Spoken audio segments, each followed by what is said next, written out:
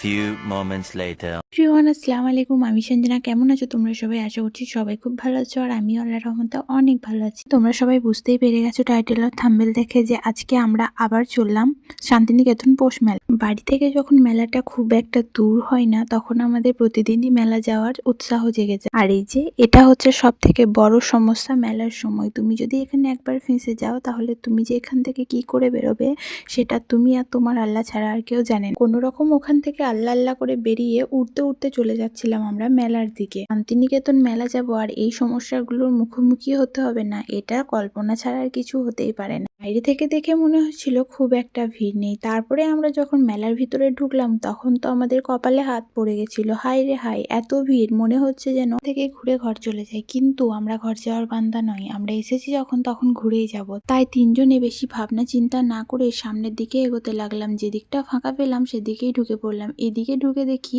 এদিকটা ছিল ব্ল্যাঙ্কেট আর লোহার জিনিসের দোকান। মেলাতে অলরেডি সবকিছু পাওয়া যায়, তোমরা তো খুব ভালো করে জানো। তারপরে আমরা চলে এলাম সেই ভাইরাল নাগরদোলার কাছে। আমার তো মনে হচ্ছিল সব থেকে বেশি ভিড় এই নাগরদোল্লাগুলোর কাছেই ছিল। এখান থেকে তো আর এগোনোই যায় না। এখান থেকে এগোতে গিয়ে দেখি আমাদের মাথায় হাত। কি করবো, এখান থেকে তো এগোতে হবে, তাই ঠেলাঠেলি করতে করতে চলে গেলাম সামনের দিকে গিয়ে দেখি আরো একটা জিনিস।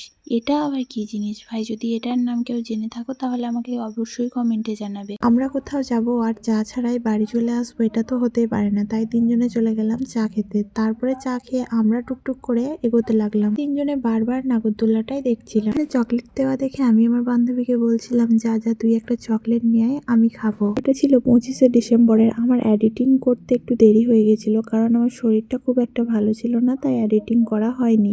আর এগুলো ছিল সব হাতে তৈরি করা জিনিস, অসম্ভব সুন্দর লাগছিল। আর এখানে এতটা পরিমাণ ভিড় ছিল সামনের দিকে কোনো মতে যাওয়াই যাচ্ছিল না। এখানে এসে দেখি 10 টাকার আইসক্রিমকে 100 টাকায় বিক্রি করার টেকনিক। আর আমরা হচ্ছে সেই পাবলিক, সবকিছু বোঝার পরও আমরা 10 টাকার আইসক্রিমকে 100 টাকায় কিনে নিই। কথায় বলে না, শখের দাম লাখ টাকা। মানুষ শখ পূরণ করার জন্য কি না করে। তারপরে এদের সাথে একটু নাটক করে চলে গেলাম এখানে। মানুষকে বাঁশ দেয় সেটা আমরা সবাই জানি, কিন্তু কিছু কিছু মানুষ যে বাঁশ দিয়ে এত সুন্দর জিনিস তৈরি হয় এটা হয়তো সবাই জানে না। আমি তো সবসময় বাঁশই খাই, তাই ভেবেছি এবার বাঁশগুলোকে রেখে দেবো, এই জিনিসগুলো তৈরি করার জন্য ওনাদেরকে দিয়ে আসবো, কম টাকায় হয়ে যাবে। অনেক ঘোরা হলো, অনেক বকবক হলো, এবার চলো কিছু খাওয়া যাক। তাই চলে এলাম একটা দোকানে পাপড়ি চাট খাওয়ার জন্য। আর এখানে এসে দেখে আর এক কাণ্ড।